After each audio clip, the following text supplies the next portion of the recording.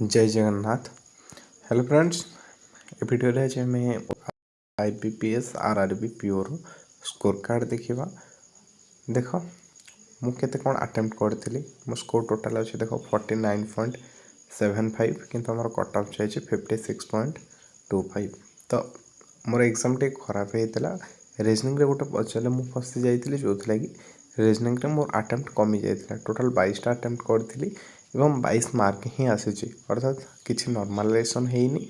आउ क्वांट रे मु 29 क्वेश्चन अटेम्प्ट करथिली जो कि मोर गोटे क्वेश्चन रॉन्ग हो जाइए जो कि 0.25 नंबर कटि जाइए। तो कौन भी नॉर्मलाइजेशन है ना मो शिफ्ट रे, जोटा कि मोर थिला कौन 3 अगस्त रे मोर शिफ्टा थिला। तो कहार केते कौन नॉर्मलाइजेशन है स्कोर, तो सेटा कमेंट सेक्शन कमेंट करेंगे जे नॉर्मलाइजेशन है ना नॉर्मलाइजेशन हैनी, केते नॉर्मलाइजेशन नंबर बढ़ुची। तो कमेंट सेक्शन कमेंट करेंगे एवं कहार क्लियर होती दयाकोरी कमेंट करेंगे।